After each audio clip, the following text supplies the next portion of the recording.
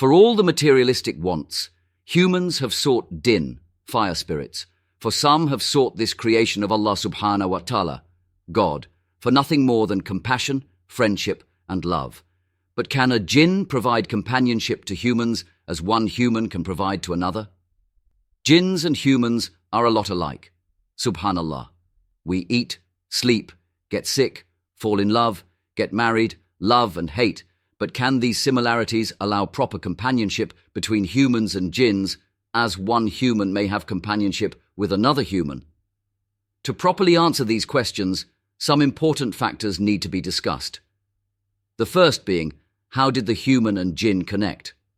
Now, as we know, the methods for a jinn and a human to connect is either through spiritual means, such as conjuration, obtaining a jinn that has been part of one's family for a long period of time, or because a random jinn seen something about you that it liked so much it decided to become a part of your life, which is very, very rare. When a jinn is conjured, it is conjured for a specific reason. If a person is successful in their conjuration, a pact or an agreement between the conjurer and the jinn is made, almost like a business agreement between two humans. In such a scenario, depending on the agreement made, a companionship between the conjurer and the jinn can form over a period of time where the conjurer may be able to have some simple discussion with the jinn on topics different than what the jinn was conjured for. But such a companionship will usually be very simple and may even upset the jinn if it oversummoned just to have a discussion on random topics. When a person conjures a jinn, it is important to realize that the human contacted the jinn for assistance and not vice versa. So asking a jinn that has been conjured to go beyond what it was conjured for can prove to be difficult. But if the jinn is willing to give the conjurer some companionship, it oftentimes will be very vanilla. Having a jinn in your keep through spiritual means, such as conjuration, isn't the only way a jinn can come into a human's life. At times, a jinn may come into the life of an individual, not because the human sought the assistance of a jinn, but because the jinn decided to become a part of that individual's life for his own known reasons. There have been situations where a jinn has been a part of a family for years, and as one person passes away, the jinn goes to another person of that family and stays around it. Then there have been scenarios where an individual may have something very special about them that attracts a random jinn who then decides to become a part of that person's life. Not only is this very rare, but it can become very difficult to handle for the individual. But that is an entirely other discussion.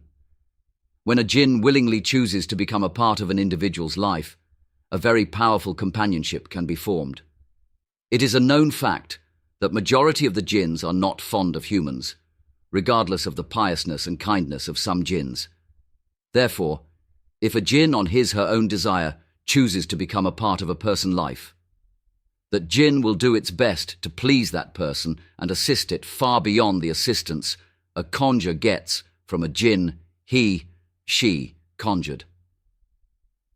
Bringing gifts such as money is not unheard of from individuals who have jinns in their life that came willingly, contacting the jinn whenever she pleases, discussing any topic they choose without upsetting the jinn, asking for help in a wide range of areas, are some of the perks an individual can have from a jinn that chose to be with them, Insha'Allah.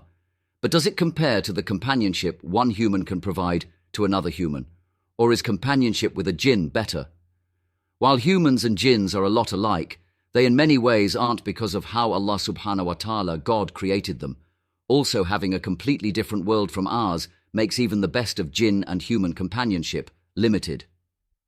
Being able to have discussions with a jinn does not mean the jinn would have information on any topics a human may hope to discuss with a jinn. Do remember, they have their own world and worries, and only because they have access to our world does not mean they have knowledge on it. In fact, many jinn may not even know or care about what happens in our world, therefore making many topics of discussion undiscussable. Some individuals assume that once they get a jinn in their keep, they will get loads of amazing information and learn new things. Certainly this is not completely true.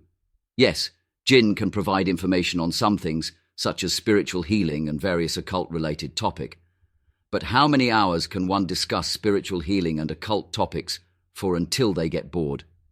And even when discussing the topics of spiritual healing and occult, the information jinns have is not so vast that what you learn from them, no other humans may now. In fact, some jinns may not even have much knowledge on spiritual and occult work, especially if they themselves have not spent much time in those areas, which many jinns have not. How jinns entertain themselves compared to humans also varies. The concept of television is not something in the grasp of many jinns. Therefore, discussion of movies or what we see on media is pointless. Even now, some jinns look at a television sets and are left confused. Jinns are created from smokeless fire, as the Holy Quran states, and we humans are created from clay. Even when one has an open third eye and they can see jinn, it is still not completely clear as one human sees another. Also, regardless of how open one third eye is, seeing a jinn on a day-to-day basis is extremely hard on the eyes, making long face-to-face conversations difficult. If one knows what to look for, the eyes of a practitioner can tell at times if they deal with jinns or not. These factors alone can have a negative impact on a solid companionship with a jinn. Being able to clearly see someone you hope to be close to, being able to have normal conversations, being able to see one another daily without any physical discomfort are found when humans deal with humans, not when humans seek a companionship with a jinn. Also, how jinn are created and how we are created makes it extremely burdensome to coexist together, which only makes companionship with a jinn more difficult. The ability to physically connect plays an important role in some companionships. Being able to touch, hug, or even give your friend a high five, etc., is crucial to many relationships. But when the ability to touch no longer exists, as with humans and jinn, then the companionship can also be negatively impacted. Jinns are mysterious and amazing. This is beyond a doubt. But at the end of the day, they are a completely different being when compared to humans. Regardless of how hard one tries, regardless of how spiritually talented an individual may be, companionship with a jinn will never come close to a companionship one human has with another human. If one is blessed enough to have jinn be a part of their life and assume there is no longer a need for human companionship, they soon will realize how mistaken they were. The physical and spiritual connection that can exist between two humans cannot be replicated. The friendship that exists between two humans surpasses the friendship between a human and jinn on various levels, either it be respect, compassions, hobbies, entertainment, and mental and physical comfortability.